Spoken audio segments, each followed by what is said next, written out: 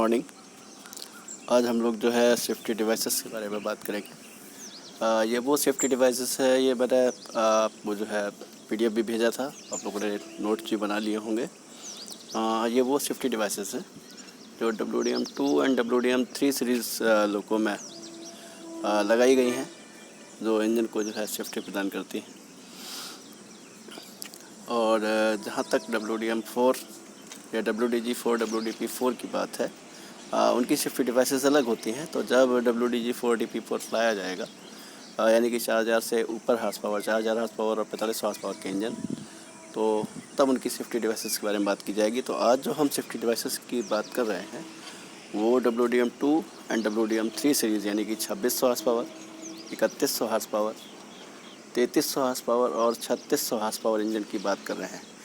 ये दोनों तरह के लोको हैं, जो इलेक्ट्रिक कंट्रोल हैं और माइक्रो प्रोसेसर कंट्रोल लोको हैं। दोनों तरह के लोको में ये सेफ्टी डिवाइसेस प्रयोग की जा रही हैं। तो चलिए, सेफ्टी डिवाइसेस बहुत ही मुख्य रोल अदा करती हैं इंजन को सेफ करने के लिए ड्यूरिंग स्टार्ट कंडीशन और ड्यूरिंग रनिंग कंडीशन। तो ये सेफ्टी डिवाइसेस जो है दो प्रकार की होती हैं। एक वो जो इंजन कंपोनेंट यानी कि डीजल इंजन को सेफ करती हैं, और दूसरी वो जो ट्रांसमिशन कंपोनेंट्स को सेफ करती हैं, सुरक्षा प्रदान करती हैं। यानी कि जिस समय इंजन हमारा रनिंग कंडीशन में होता है, उस समय जो है ये ट्रांसमिशन कंपोनेंट को सेफ्टी प्रदान करती हैं। तो कुल मिलाकर के ये सेफ्टी डिवाइसेस हैं। पहली है लो लूबाइल स्विच, यानी कि अगर हमारा लूबाइल का प्रेशर कम हो जाए तो ये हमारे इंजन को सुरक्षा प्रदान करेगी, अदरवाइज इंजन हमारा सीज हो जाएगा। दूसरा है हॉट इंजन अलार्म, यानी हमारा इंजन ज़्यादा गर्म हो जाएगा तब ये सुरक्षा प्रदान करेगी। तीसरा है लो वाटर लेवल सेफ्टी। इस तरीके से चौथा है जो इलेक्ट्रिकल है, ग्राउंड एंड पावर सर्किट, लेकिन आपको इसका फंक्शन थोड़ा सा पता होना चाहिए। डिटेल में इलेक्ट्रिकल वाले इस पर काम करते हैं। इसके बाद है सेफ्टी ऑक्सिलरी रिले। ये हमारी ओवर स्पीडिंग के समय काम करती है, इलेक्ट्रिकली जो है इंजन को कंट्रोल करती है। इसके बाद आता है OST, यानी कि over speed trip mechanism. This is the mechanical safety device, जिसके बारे में आपको मैं बता चुका हूँ, लेकिन चलिए आज फिर बात कर लेते हैं। इसके अलावा है wheel slip protection, wheel slipping के अगेंस्ट इंजन को प्रोटेक्शन प्रदान करना, ये भी एक इलेक्ट्रिकल है। इसके अलावा है MU स्टॉप बटन स्विच, यानी कि मल्टीपल यूनिट जब हम इंजन को बनाते हैं उस समय हमारे इंजन को ऑटोमेटिकली अगर बंद करना हो तो सारे इंजनों को एक साथ बंद करने के लिए एक स्विच होता है।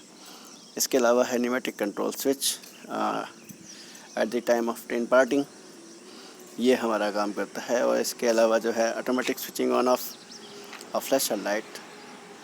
ड्यू टू एनी रीज़न अगर हमारा इंजन जो है इसमें इमरजेंसी ब्रेक एप्लीकेशन होता है या VCD वगैरह ऑपरेट होती है, इन दैट केस इसमें जो है ये एक सेफ्टी फीचर दिया गया है कि फ्लैशर लाइट ऑटोमेटिकली ऑन हो जाती है और इंजन हमारा आइडल पे आ जाता है, खड़ा हो जाता है, ब्रेक एप्लीकेशन लग जाता है। So now let us start. तो सबसे पहले बात करते हैं लो लूबाइल स्विच। जैसा कि आपको पहले भी बताया गया है कि गवर्नर हमारे 3 तरह के होते हैं।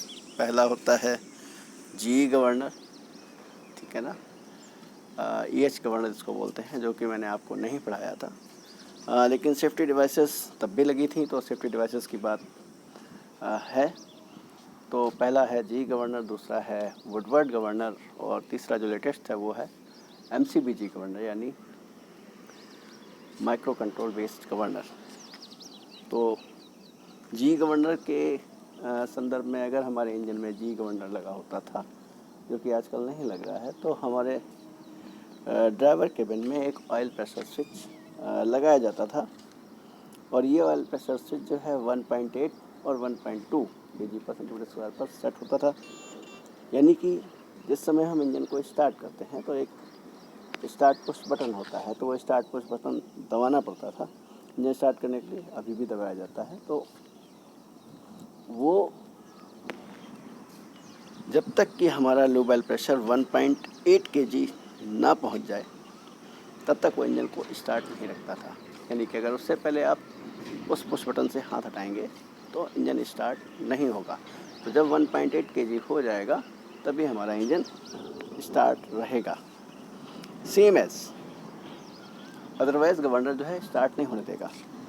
सेम एज अगर हमारा इंजन स्टार्ट कंडीशन में है, चल रहा है और किन्हीं कारणों से हमारा लूब ऑयल प्रेशर 1.3 kg/m² पर फॉल होकर के आ जाए, गिर जाए, तो ये हमारे इंजन को क्लच कॉइल की सहायता से गवर्नर बंद कर देता था और इंजन स्टॉप हो जाता था, चलता हुआ इंजन भी रुक जाता था अगर हमारे इंजन का प्रेशर 1.3 kg/m² हो जाए।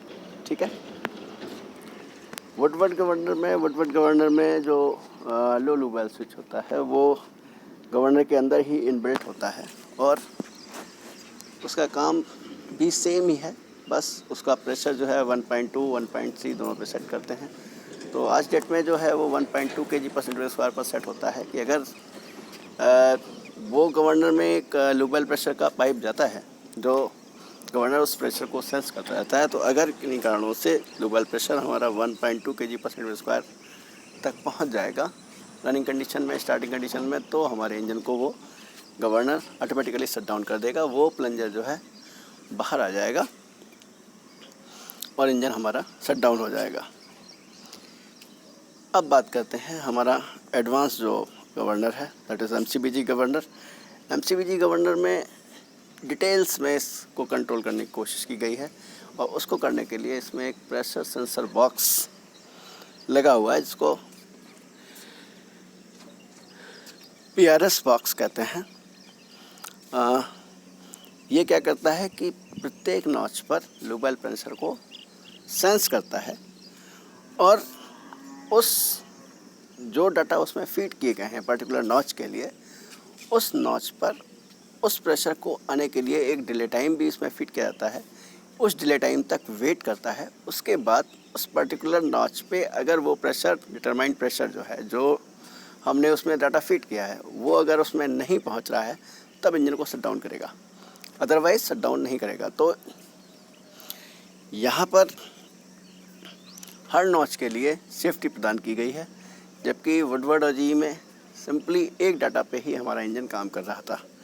तो ये एक डिटेल सेफ्टी है जो इंजन को जल्दी बाधित भी नहीं करती है और इंजन को सुरक्षा भी प्रदान करती है। तो उसके जो डाटाज़ हैं वो देख लीजिए। सो दिस इज़ MCBG डाटाज़। यहाँ नॉच का मतलब होता है कि जो इसमें नॉचिंग हैंडल होता है जो इंजन को स्पीड अप करता है।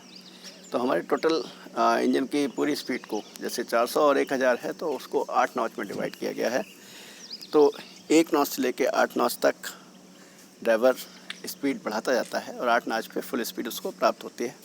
तो 1 नॉच पे जो लूब ऑयल प्रेशर इसमें सेट किया जाता है वो 1.1 होता है जबकि डिले टाइम जो है 45 सेकंड होता है।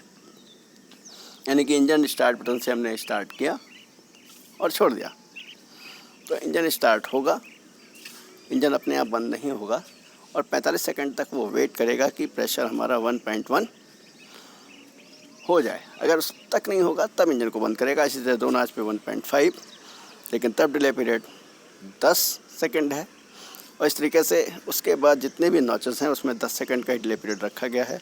जबकि मिनिमम प्रेशर जो है, जो डिज़ायर्ड है, वो 2 नॉच पे 1.5 है, 3 नॉच पे 1.8 रखा गया है, 4 नॉच पे 2.2 है, 5 नॉच पे 2.6 है, 6 नॉच पे 3 है, जबकि 7 नॉच पे 3.5 है और 8 नॉच पे 4.0 है। होता क्या है कि नॉर्मली जब हम ठंडा इंजन स्टार्ट करते हैं तो हमारा लूब ऑयल प्रेशर ज़्यादा होता है, लेकिन जैसे जैसे इंजन गर्म होता जाता है हमारे लूब ऑयल प्रेशर जो है डिक्रीज़ होता जाता है। तो ये एक्सट्रीम लिमिट के लिए डाटास फीड किए जाते हैं।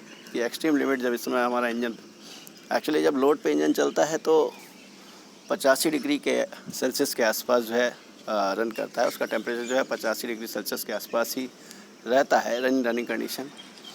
और वैसे भी नॉर्मल कंडीशन में आपको पता है कि 55 डिग्री सेल्सियस के बाद ही सेफ़ वर्किंग होती है। तो आजकल हमारे एडवांस लोग को हैं उनमें तो ये फ़ीचर ही दिया गया है कि अगर 55 डिग्री सेल्सियस तक टेम्परेचर नहीं पहुंचेगा तो वो इंजन को फुल्ली नॉचअप करने ही नहीं देगा। जब आप DM लोको की बात करेंगे यानी WDG4 WDP4 की बात हम करेंगे तो उसमें ये एक सेफ्टी फीचर है कि अगर 55 डिग्री सेल्सियस वहाँ टेम्परेचर नहीं पहुँचेगा तो इंजन फुल नॉचअप नहीं किया जा सकता, यानी फुल स्पीड उससे गेन नहीं की जा सकती, इंजन उसको करने ही देगा जो with the help of computer. ठीक है, so this is all about the low lube switch, यानी कि लो लुबेल प्रेशर के अगेंस्ट हमारी इंजन में सेफ्टी कैसे मिलती है। Now next, hot engine alarm. Water cooling system में हॉट इंजन अलार्म के बारे में ही बात की गई है, वही यहाँ पे दोबारा भी मैं बात कर लेता हूँ कि हमारे इंजन की सेफ़ वर्किंग जो है वो 55 से बिलो 90 डिग्री सेल्सियस मानी गई है और 90 डिग्री सेल्सियस पे अनसेफ वर्किंग मानी गई है। इसी को मेंटेन रखने के लिए हमने इंजन में 3 इलेक्ट्रिकल टेम्परेचर स्विचेस लगाए हुए हैं, that is ETS1, ETS2 and ETS3। तो जो ETS3 है that is the safety device against hot engine alarm. Hot engine यानी हॉट इंजन से बचाने के लिए इंजन को ये ETS3 प्रोवाइड किया गया है, लेकिन जबकि ETS1 और ETS2 जो है वाटर टेम्परेचर को कंट्रोल करने के लिए लगाए गए हैं। तो ये तीनों स्विचेस काम कैसे करते हैं ये एक बार मैं फिर बोल देता हूँ, पहले ही बता चुका हूँ।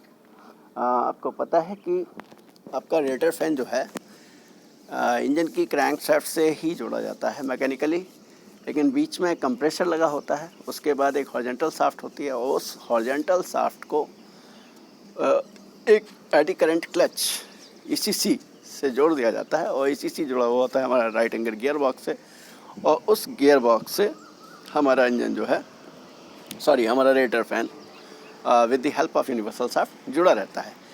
यानी कि जब हमारा इंजन मूव करेगा, जब हमारा इंजन स्टार्ट होगा, यानी क्रैंक शाफ्ट अगर मूव कर रही है तो हमारा रेडिएटर फैन भी चलता रहेगा। लेकिन ये न करने के लिए कि जब हम चाहें तभी हमारा जो है रेडिएटर फैन चले, तो हम क्या करते हैं, बीच में एडी करंट क्लच यानी ECC को लगा देते हैं। और ये एक इलेक्ट्रिकल कंट्रोल है कि व्हेन डिज़ायर्ड, जब ज़रूरत हो तभी वो पंखा चले, अदरवाइज़ पंखा ना चले।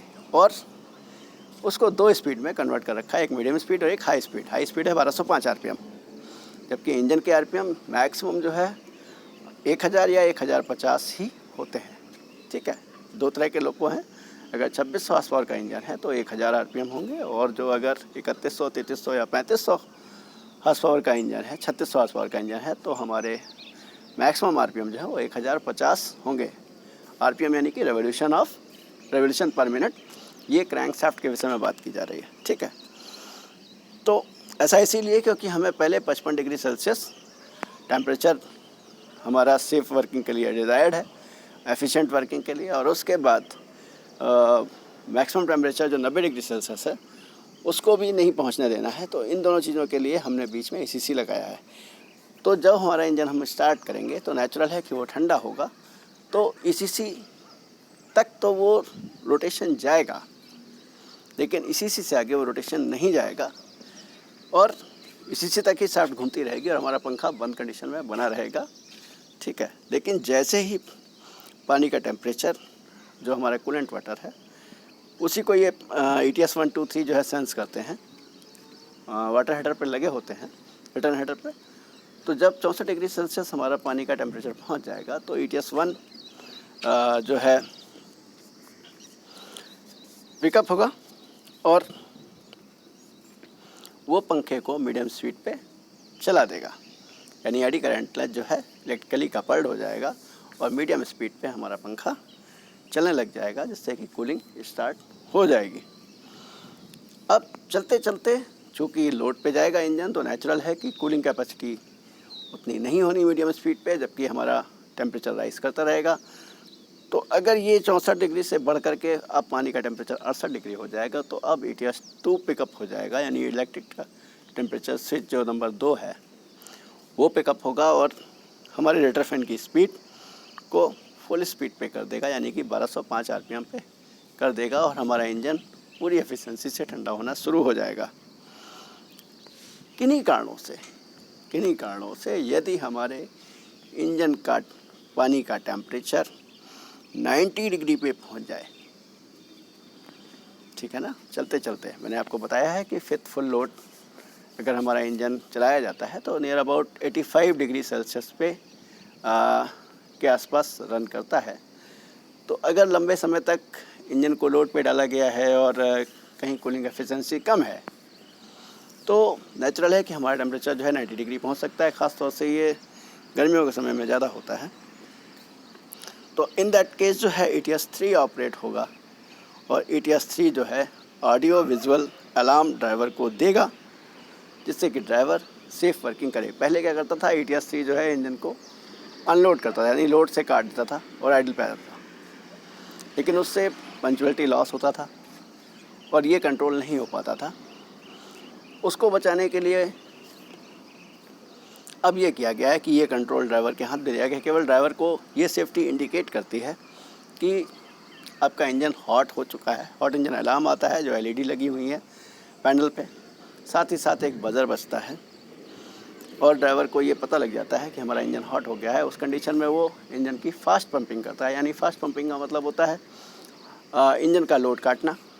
गाड़ी चलती रहेगी लेकिन लोड काट दिया जाएगा जी को, ठीक है, GF को हटा दिया जाएगा और उसके बाद फास्ट पंपिंग यानी कि फुल नॉच पे डाल करके इंजन को ठंडा किया जाता है। तो अनलोड कंडीशन में इंजन बहुत तेज़ी से ठंडा होता है और हमारे इंजन को रोकना नहीं पड़ता लोको को, और हमारा इंजन लोको चलता भी रहता है और इंजन ठंडा हो जाता है और वापस ड्राइवर जो है अपनी वर्किंग पे आ जाता है। इस तरह से पंचुअलिटी लॉस नहीं करती है, ठीक है। लो वाटर लेवल सेफ्टी यानी लो वाटर स्विच यानी कि LWS, इसके बारे में भी बात कर चुके हैं। That is a floating type switch है जिसमें एक फ्लोट वाल लगा हुआ होता है जो एक्सपेंशन टैंक के पैडल में with the help of A water pipe जुड़ा रहता है। यानी कि एक्सपेंशन टैंक में जितना वाटर लेवल है उसी लेवल पे वो वाटर फ्लोटिंग वाल जो है फ्लोट करता रहता है और इंजन को नॉर्मल कंडीशन पे रखता है। अगर इतना डिज़ायर्ड है उससे कम वाटर लेवल होगा तो हमारा फ्लोटिंग वाल जो है नीचे जाएगा और वो NONC स्विच को ऑपरेट कर देगा और with the help of governor engine को शट डाउन कर देगा। लो वाटर लेवल के अगेंस्ट सीधी सेफ्टी है कि इंजन को शट डाउन कर दिया जाए। तो इंजन सीधे शट डाउन होता है, चाहे वो वुडवर्ड गवर्नर हो, चाहे वो G गवर्नर हो और चाहे वो MCBG गवर्नर हो। आज की डेट में क्या कर रहे हैं कि इसके साथ साथ जो है एक इलेक्ट्रॉनिक LWS भी प्रोवाइड कर रहे हैं, जो कि इसमें होता कुछ नहीं है। एक्सपेंशन टैंक में एक सेंसर बॉक्स लगा होता है, सेंसर लगा होता है जो पानी के लेवल को सेंस करता है और उस पानी के लेवल को 3 कैटेगरी में बांट दिया गया है, full, half and empty. Empty में भी पूरा एम्प्टी नहीं, उसमें भी 1 या 2 इंची पानी रहता है या 3 इंची पानी रहता है।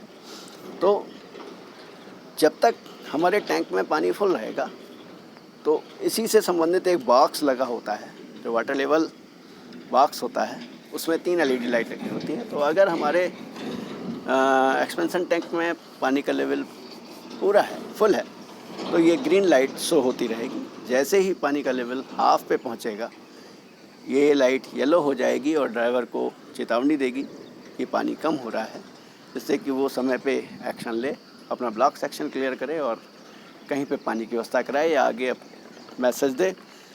लेकिन अगर पानी खाली हो गया यानी कि जो डिटरमाइंड लेवल है कि अनसेफ वर्किंग के लिए वहाँ तक पहुँच गया तो ये रेड लाइट आ जाएगी और साथ ही साथ इंजन शट डाउन हो जाएगा।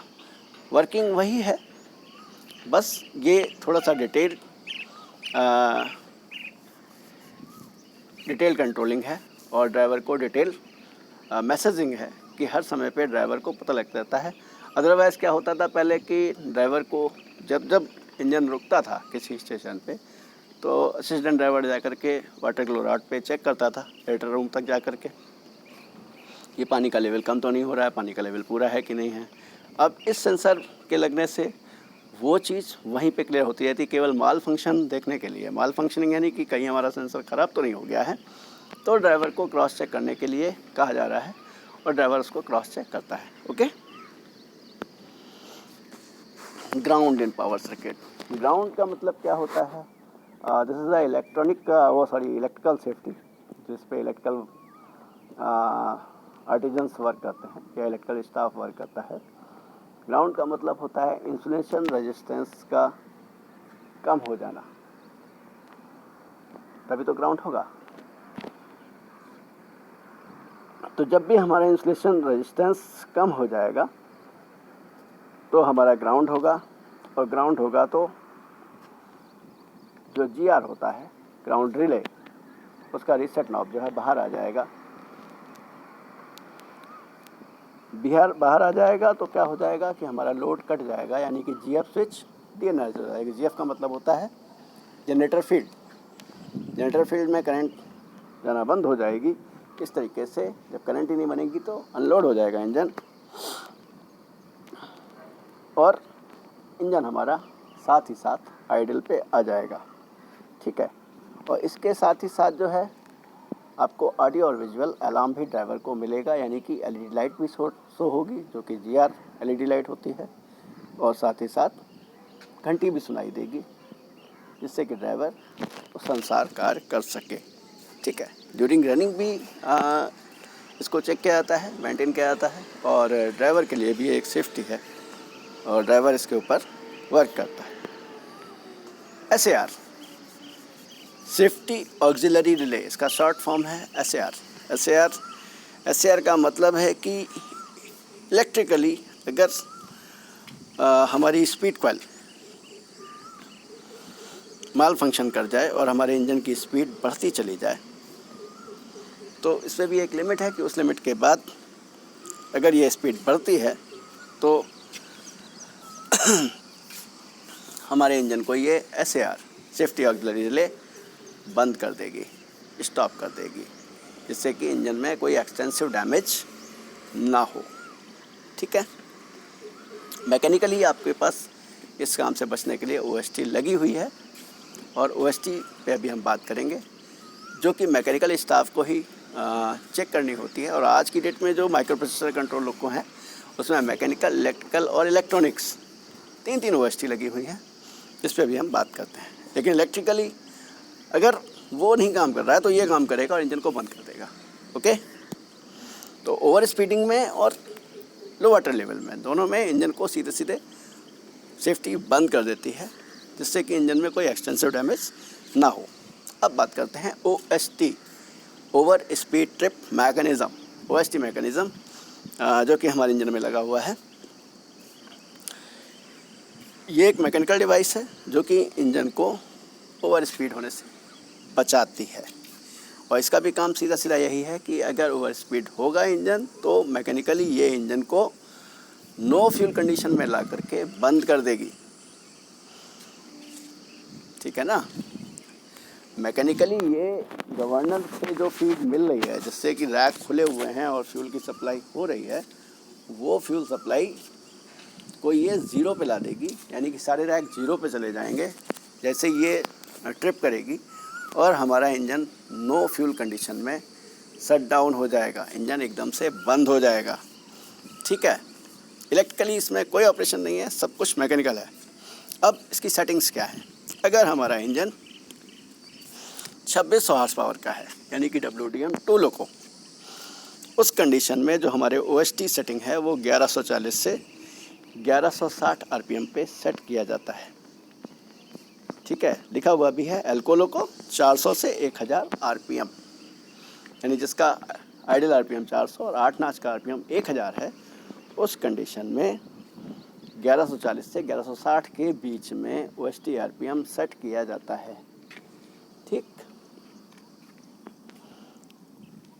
तो अगर हमारे, इसका मतलब हो गया कि अगर हमारा इंजन इस सेटिंग के बीच में, यानी कि हमने मान लीजिए 1152 पे सेट किया या 1155 पे सेट किया, तो 1155 RPM जैसे ही पहुंचेगा, इसको बाकायदा चेक करते हैं ड्यूरिंग शेड्यूल, जब आप लोड बॉक्स करेंगे तो आपको भी चेक करना होगा।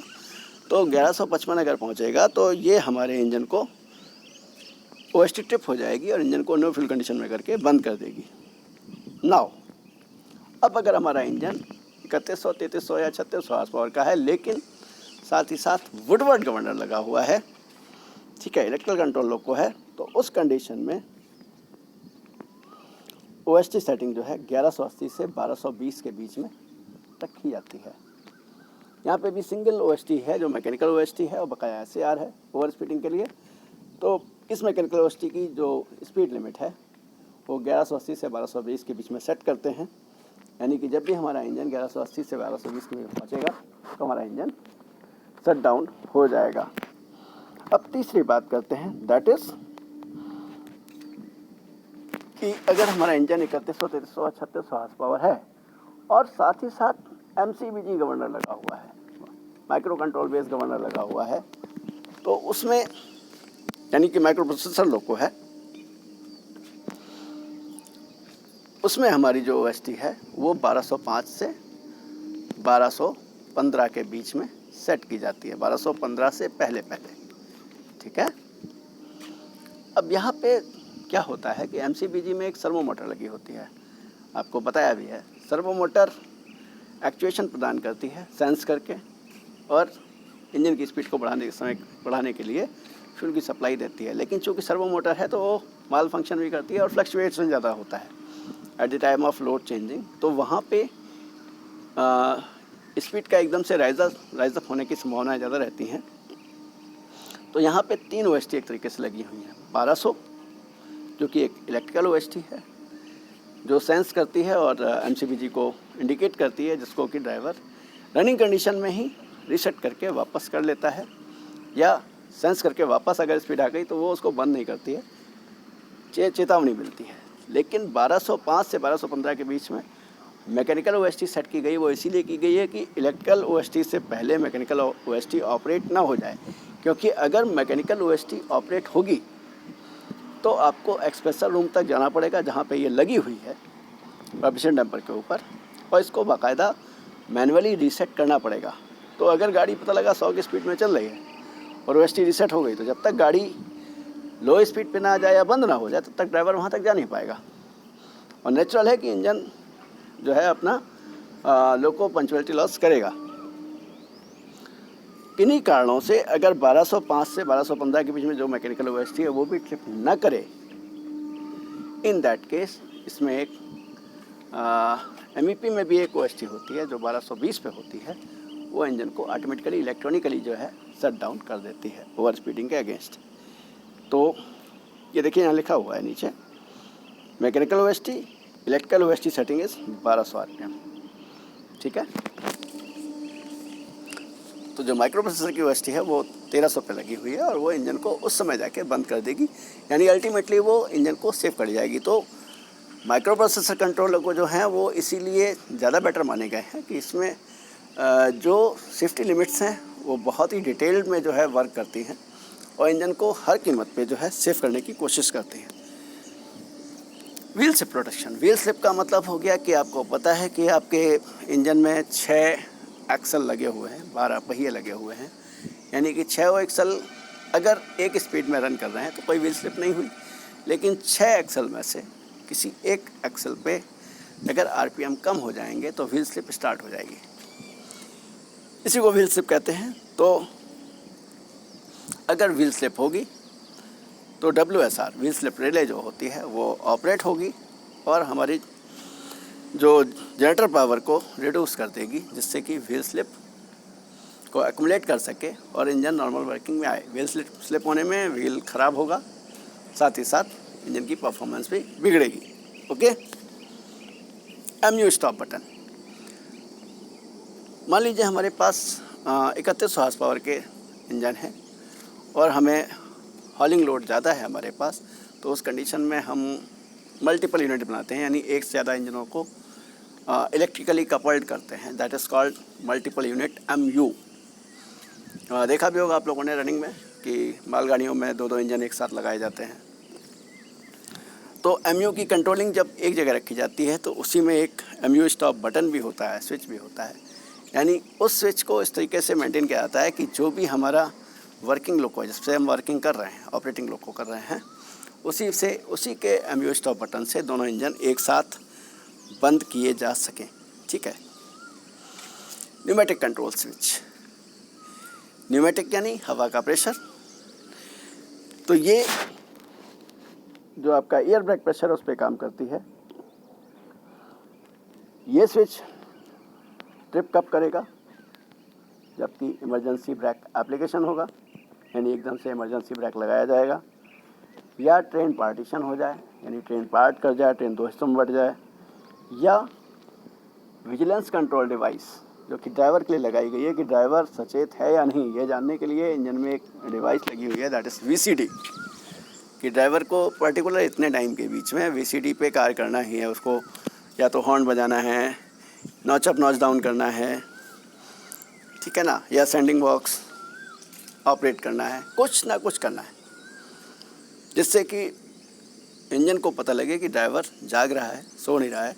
उसके लिए एक टाइम लिमिट दिया हुआ है। तो अगर ड्राइवर उन फंक्शन को फॉलो नहीं करता है विद इन टाइम लिमिट, तो ये VCD ऑपरेट हो जाती है। तो अगर VCD ऑपरेट हो जाए, VCD ड्राइवर द्वारा ना माइंड की जाए, उसके अनुसार ना कार्य किया जाए, या हमारा ट्रेन पार्टीशन हो जाए, या ब्रेक एप्लीकेशन इमरजेंसी लग जाए, तो यह PCS switch, pneumatic control switch, operate हो जाएगा, यानी ट्रिप कर जाएगा, और ये नॉच 1 पे इंजन को ले आएगा। ठीक है ना। गवर्नर स्पीड सर्किट ये इलेक्ट्रिकल का पार्ट है, उसके थ्रू जो है ये नॉच 1 पे इंजन को डाल देगा। और ये एक लेटेस्ट फीचर है जो आज डेट में सब इंजन में लगा है, ये बाद में डेवलप किया गया, that is automatic switching on of a flasher light. Flasher light वो लाइट होती है that is blinking light on both hand, यानी कि आपका शॉर्ट हुड पे एंड लॉन्ग हुड साइड पे एक पीले रंग की बत्ती होती है, जो अगर इंजन खड़ा है तो वो ब्लिंक करती रहती है। और ये इसीलिए होता है कि सामने से आ रहा जो दूसरा ड्राइवर है, दूसरी गाड़ी का ड्राइवर है, उसको ये एहसास हो जाए कि एक सामने इंजन खड़ा हुआ है उस लाइन पे या दूसरी लाइन पे जो स्टॉप कंडीशन में है, यानी कि चल नहीं रहा है, बंद कंडीशन में है, और उसके हिसाब से वो सचेत होकर के वर्क करे।